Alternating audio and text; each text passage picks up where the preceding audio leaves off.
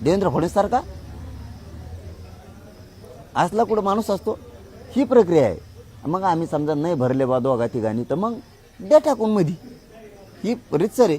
उठलं सुटलं अटक वॉरंट करा अटक. पेंड आहे का? आम्ही सन्मान करतो मग तुम्ही कसं वागणार का?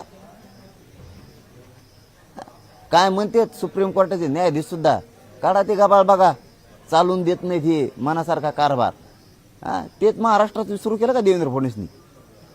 कोर्ट चालून द्यायना, गोरगरीबाला चालून द्यायना, कोणाला मध्ये घेतो. मराठीत लोक संपितो का?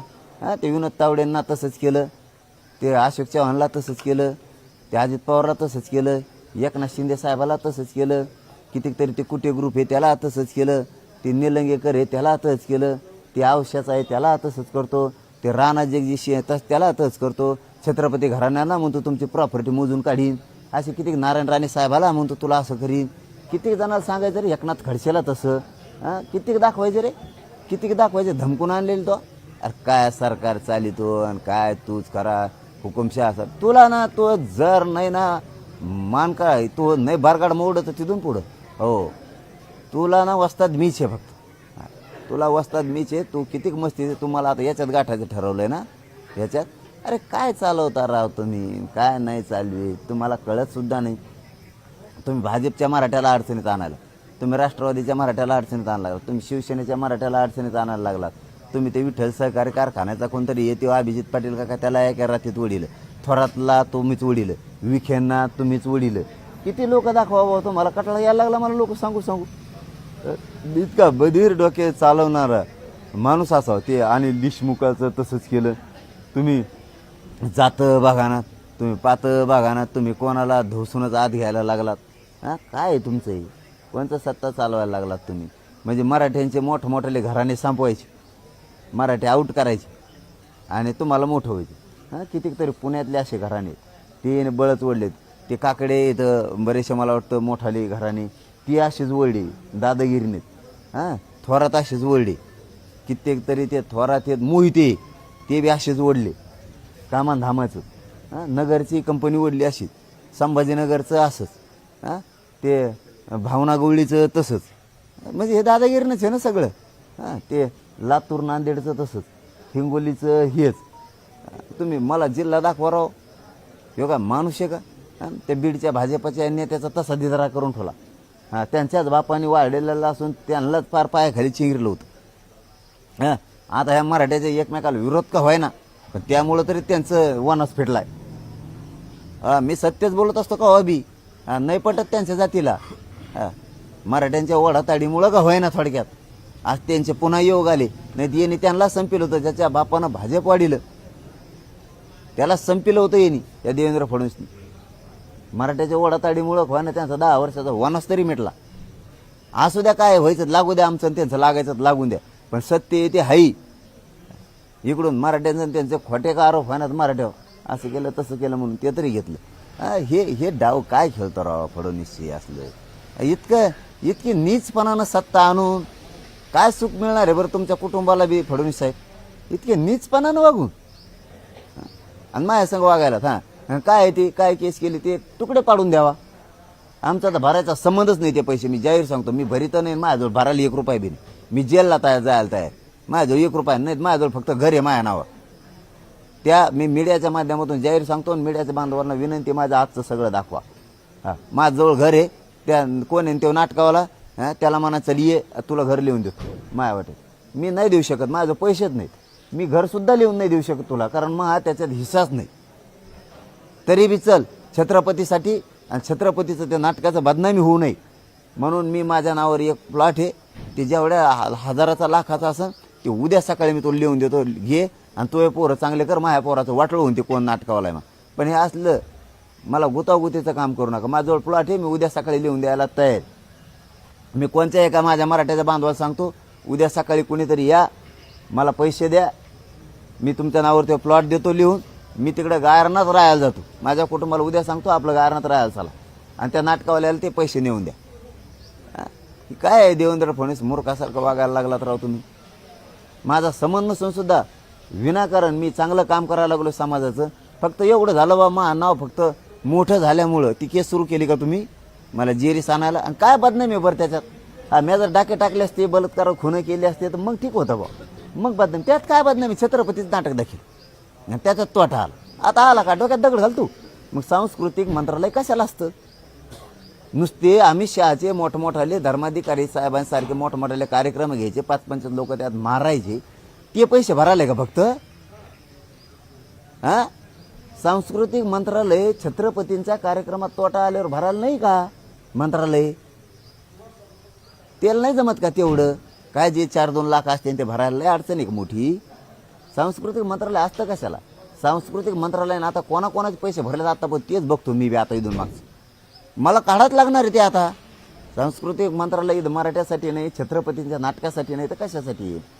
जर एखादं समाजाचे पोरं, आणि पोरं होतो त्या टायमाला काही ज्ञान नव्हतं, फक्त म्हणले घ्यायला पाहिजे म्हणून घेतलं. हां, एखाद्या वेळेस उद्धव ठाकरे साहेबांचा मला वाटतं तो नेता आहे, त्यांनी फुनगी लावून दिली असणार आहे आमच्या मागं.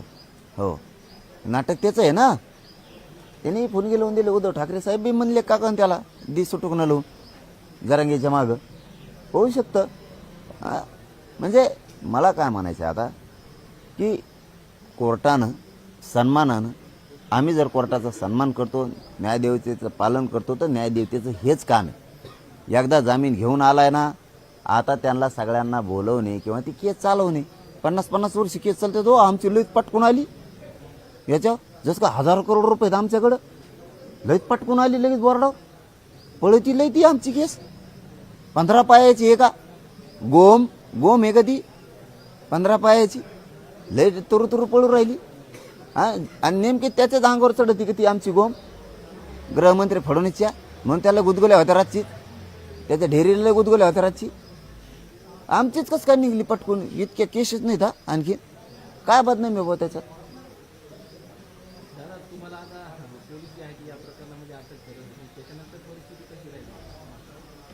चांगले राहील ना, चांगले राहील. सुखा समाधानाचे ढोल बाजे बडून भजे कुडाय खाऊन राहील, खूप चांगले राहील. चांगली परिस्थिती राहणार. तीच परिस्थिती करायची ना छगन भुजबळला ना देवेंद्र फडणवीसला राज्यात, तेच करायचं ना. माझं एवढंच म्हणणं आहे, प्लीज, मी आतून खूप माझ्या पोटात आग होती तरी मी तुमच्याशी बोलतो, प्लीज फक्त सगळं कळू द्या आता राज्याला, दाखवा. एवढी एकच केस आहे का 13-14 वर्षात कमी नाही आली? आताच का आली ही प्रश्न आहे. विधी व न्याय विभाग म्हणजे कोर्ट सगळे देवेंद्र फडणवीसच्या हातात आहे. गृह म्हणजे सगळे राज्यातले पोलिस त्याच्या हातात आहेत. सांस्कृतिक मंत्रालय म्हणजे सगळे त्याच्या हातात आहे फडणवीसचे.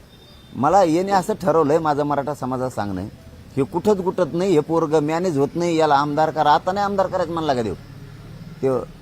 ते लाड्या पांधाडी मिशाचा देव तो म्हणला ना आता, मग आमदारकी घे पण ये म्हणा, म्हणजे मॅनेज करते ती. मी कुठं जात नाही तरी पण मला आमदार नाही व्हायचं, पैसे नाही पाहिजे. मग यांनी काय आयडिया केली माझ्या मराठा समाजाला सांगणे, ह्या केसेसमध्ये चांगली तपासून बघा. सगळेजण ते FIR बी वाचा. मी 3 नंबरला होतो, 1 नंबरला नेलं आहे मला फडणवीसनी, 1 नंबरला केलं आहे मला, मग 3 नंबरचं 1 नंबरला नेलं. ती चांगला FIR वाचा माझ्या मराठा समाजानं. त्याच्यात त्यांनी चिरफाड बी केली आता मध्ये, म्हणजे खोटा नाटा बनेला दुसरा त्यांनी ह्या मागच्या 2-3 महिन्यात त्यांनी फडणवीसनेच बनायला सांगितलं आहे. मग त्याचं काही संबंध नाही, मग चेक नाही, मग बॉन्ड नाही, काही नाही. हा, इमानदारीनं सांगा तुम्ही भरतोच बुवा, इमानदारीने सांगा आम्ही इकडे भरलेले असून सुद्धा पुन्हा भरतो, काही हरकत नाही. छत्रपतीसाठी आम्ही आणखीन खड्ड्यात जायला तयार आहे. पण अटक करून मध्ये टाकायचं 8 तास फडणवीसला का? कोर्ट सांगू शकता ना तुम्ही हे भरा इतक्या दिवसात, तुम्हाला टप्पे पाडून दिलेत, नसता आम्ही तुम्हाला जेलला टाकून. हे पटतं की नाही? आता मीडिया सुद्धा चौथा आधारस्तंभ आहे या लोकशाहीत. डायरेक्ट मध्ये कशामुळं कोर्ट राज्यातले सगळे फडणवीसच्या हातात आहेत म्हणून त्यो सांगन त्याच्या मागे यासाठी, त्यो सांगन त्याला यासाठी, ती दुसरी काय बीडी शिडी काय त्याला काय म्हणतात ईडी. हा, मग तू सांगन तसं का? तू जर म्हणला वॉरंट कॅन्सल, शिडीचे वॉरंट कॅन्सल झालेत बरं का, कितीक जर काय ईडीचे कितीक तरी वॉरंट कॅन्सल झालेत बरं का, कितीक तरी मध्ये गेलेले आत आलेत, आत बाहेर आले. सॉरी, त्यातलं एक उदाहरण छगन भुजबळ. अनिल देशमुख साहेब आहेत, म्हणजे बरेचसे आहेत असे आत गेलेले बाहेर आलेत. नवाब मलिक साहेब आहेत, त्यांचा खूप मोठा प्रताप आहे जणू, ते बाहेर आलेत. आणि आम्ही छत्रपतीचा इतिहास दाखवणार, आम्हाला जेलला टाकायचं? लुटलं का, कोणाचे पैसे बुडिले का? प्रत्यक्ष पैसे घेतले आणि ते वापस दिले नाही, असं आहे का? छत्रपतींचा इतिहास दाखवला, त्यात तोटा आला का? डोक्यात दगड घालतो, जेल. छत्रपतीचा इतिहास दाखवल्यामुळे जेल बघा. आणि आपण फडणवीस साहेबाला देवबाप्पा म्हणतो. खेड्यात म्हणे आत्ताही देवबाप्पा जर रस्त्याने चालले आणि मराठा माणूस हिंदू माणूस जरी कोण चालला ते म्हणतो पाय पडू द्यावा, देवबाप्पा ते कोण म्हणतात कल्याण. आत्ता बी गाव खेड्यात हे आयला बाकीचे देवबाप्पा इतके चांगले नाही कस, मग हा बघ परत म्हणते जातीवर आला. हे का खुनशी माणूस आहे हो? याचं ऐकलं तरच चांगलं, नाही तर जेलात जा. आता मी कुठं सापडा ना मराठा हो, मराठा बांधवांना मला सांगणं आहे. म्हणून यांनी डायरेक्ट मग वॉरंट काढायला सुरुवात केली. मी जात नाही, ह्या वॉरंटाला जातच नाही. बरं करून त्याला काय करायचं ती? आणि तुमची काय पेंड आहे का रे? कवा उठलं की वॉरंट काढी जा, नाही जात. इमानदारीने एकदा गेलो, मी इज्जत केली. देवेंद्र फडणवीसचं सांगून जर कोर्ट आणि पोलीस चालत असली तर मी जात नसतो, जाहीर सांगतो. जात नसतो.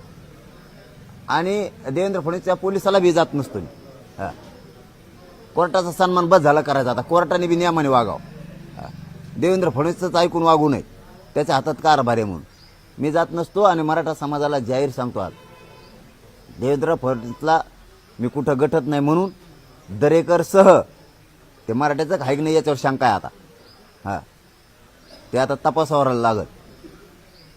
त्याच्यासह 10-15 जण आहेत, यांच्या हातात अभियान दिले. म्हणजे ट्रॅप जो मागवता तो हेवे. यांना काही कारण नसताना, माझी काही चूक नसताना सगळ्यांनी तो FIR वाचा. मी कोणाची फसवणूक केलेली नाही, तरी मला जेलला टाकायचं देवेंद्र फडणवीसने ठरवलंय. आणि हे अभियान हे 5-6 जण चालवतात, दरेकर हे आणखीन. आणि जेलला टाकणार. आज त्यांचेच लोक असते जुनून, ते मला गोळ्या घालून मारणार आणि मी मरायला हसत तयार आहे. कारण मी बी ते छत्रपतीचं नाटक दाखवलेलं आहे. छत्रपतीसाठी मनोज जरांगे मरायला तयार. छत्रपती संभाजीराजांना या हिंदुत्वासाठी या मराठ्यांसाठी बलिदान दिलेलं आहे. त्यांचं नाटक दाखवून जर मला आतमध्ये मरण येणार असलं फडणवीसच्या हातानं, तर मी आनंदानं मरण घ्यायला तयार आहे. माझ्या छत्रपती शंभूराजांनी हसत मरण पत्कारलेलं आहे, हसत. पण धर्म बदललेला नाही. त्याच खानदानाचे तेच मावळे आम्ही आहेत. फडणवीस झालं का नाही आता तैट घंट्यात वया टंटडा.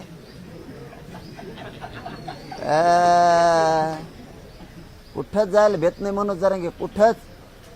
इतका बुद्धीनं बी तेज हे मनोज जरांगे. छत्रपतींचा इतका छळ केला आणि कोणी केला? फडणवीस साहेब. गोधड असलं तर टाका टकोऱ्यावरचं काढून बाजूला. आता छत्रपतींच्या मावळ्याचं रक्त आहे मनोज जरांगे. छत्रपतीचा इतिहास दाखवलेला आहे. छत्रपतींना धर्म बदलण्यासाठी मारण्यात आलं, बदलला नाही. या पृथ्वी तलावर आणि या विश्वात छत्रपती शंभूराजेंनी दाखवून दिलं, झुकत नसतो. तुकडे झाले तरी हरकत नाही. देहाचे तुकडे तुकडे झाले, पण माझा शंभूराजे एक कणभर मागे सरकले नाही. त्याच छत्रपतींचा इतिहास दाखवलेला आहे मी, किंवा माझ्या 2-3 जणांच्या मित्रांना. आम्ही येऊ दे मरण आणि तुझ्याच हाताने येऊ दे फडणवीस.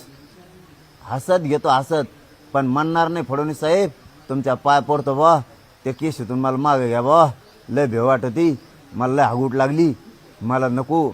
मी आज जातो मरतो बी, पण छत्रपतींचा, ज्या शूर छत्रपतींचा मी इतिहास दाखवलेला आहे ना, त्या शूर छत्रपतींच्या नाटकासाठी मी मध्ये जायला तयार आहे. त्यांचं चरित्र मी दाखवलेलं आहे, त्यांचा इतिहास मी दाखवलेला आहे. काय वाईट नाही केलेलं मी नाही, आणि माझ्या सोबतीच्या 2-3 जणांना बी नाही. जेलला जायला तयार आहेत आणि मरायला तयार आहेत फडणवीस आम्ही. चल टाकमध्ये पण एक युद्धचं, जसे छत्रपती मागे सरकले नाही शंभूराजे, तसा मनोज जरांगे मागे सरकू शकत नाही. आणि आता जातं नसतो मी त्या 2 तारखेच्या याला. आणि आता पैसे देत नसतो, आणि नाही बी माझ्याजवळ काय द्यार घंट्या. माझ्याजवळ काय रे राहिलं, ये तेवढं एक गुंठा बरं ते घर राहून दे माझ्या पोरायला. मी जेलात गेलो त्याने कुठं राहायचं? नदी राहत वाळू त्यांना राहून तेवढं माझ्या घराचा पुरा वनाव झालेला आहे. तेवढं राहून चल जेलला येऊन तो पोलीस उद्या 2ला तरी कशाला? मी उद्याच्याला तयारी आहे. चल. मराठा समाजाला माझी विनंती आहे, देवेंद्र फडणवीसचा हे डाव आहेत दरेकरचे आणि त्यांच्या माध्यमातून हे मराठ्यांच्याच अवलादी आहेत का? ह्या हरामखोरावरती आता शंका यायला लागली. असले नीच कामं हे करायला लागले. आता सरळ सांगतो मराठा समाजाला, देवेंद्र फडणवीसला मी कुठंच गटलो नाही. त्याचं सरकार पडणार आहे. भाजपचं एक बी सीट येणार नाही राज्यात. याचेच मंत्री त्यालाच बैठकी घेऊन सांगत आहेत. म्हणून तेव्हा मला आता याच्यात गुता ठरले आणि याच्यात मग हा काही दोष नाही. एका दिवसात लोक पैसे भरू शकते, ते एका दिवसात ते पैसे, पण तरीही भरायचे नाहीत आपल्याला. मागं आम्ही गेलो मागच्या केसेसला, त्याच टायमाला ते 4-5 जण होते. माझ्या पोटात नाही राहत. ते म्हणते आम्ही 1 मिनिटात हे पैसे भरतो. मला अजिबात नाही भरायचे. समाजाकडून घेऊन तर भरायचं नाही. समाज म्हणल्यावर तर एका दिवसात हजारो करोड भरील. मा दोषच नाही त्याच्यात, त्यामुळे भरायचेच नाही. मी आता मराठा समाजाला सांगतो, तुम्ही ते वाचून बघा. मा काही दोष नाही त्याच्यात. आणि इतिहास दाखिलेला हे दोष असन मा तर मला उद्या फाशी झाली तरी चालतं. मी शंभूराजेचा इतिहास दाखिलेला आहे, मला फाशी झाली तरी चालतं. तो जर माझा गुन्हा असेल तर तो माझा गुन्हा आहे. एकच मिनटं, माझं एवढंच मराठा समाजाला सांगणं आहे आता की देवेंद्र फडणवीस मला याच्यात गुंतणार आहे. पोलीस त्याच्या हातात आहेत, कोर्टाचं मंत्रालयसुद्धा त्याच्या हातात आहे. आणि तो गुंतविणार म्हणजे त्याला निवडणूक काढून निघून न्यायची कशी बी मला आत टाकून. मी तर असं आत जात नाही, याच्यात आत टाकायचं, आत मारायला बी लावायचं. माझी आता मराठा समाजाला विनंती, मी आत असो बाहेर असो, आज संधी आहे मला तुमच्यासंग बोलायला म्हणून इतक्या वेळ मीडियाला बोललो. आणि मीडियाला मी एवढेच वेळेस विनंती केली, कधीच 10 महिन्यात केली नाही. पूर्ण दाखवा की मी आत गेलो, भाजपचं एक बी सीट नाही आलं पाहिजे. एक बी राज्यात ज्या जिथं आपला समाज नसेल तिथं सुद्धा एक बी नाही आलं पाहिजे. आणि देवेंद्र फडणवीस कायमचा राजकारणातून संपला पाहिजे, कायमचा. ते उकांड्यावर मुतल्यावर छत्र्या कशा उगा त्यात कुत्र नसतं मुतत उकांड्यावर, तसं सुद्धा एक भीमोड झाला पाहिजे. पुरा एक नाही राहिलं पाहिजे. कुठे छत्री सुद्धा उगली नाही पाहिजे. उकांड्यावर नाही, फाकांड्यावर नाही, कशावर नाही, कशावर नाही. आणि भाजपातल्या मराठ्यांना माझी विनंती आहे, जात संपायला निघालेल्या पक्षासोबत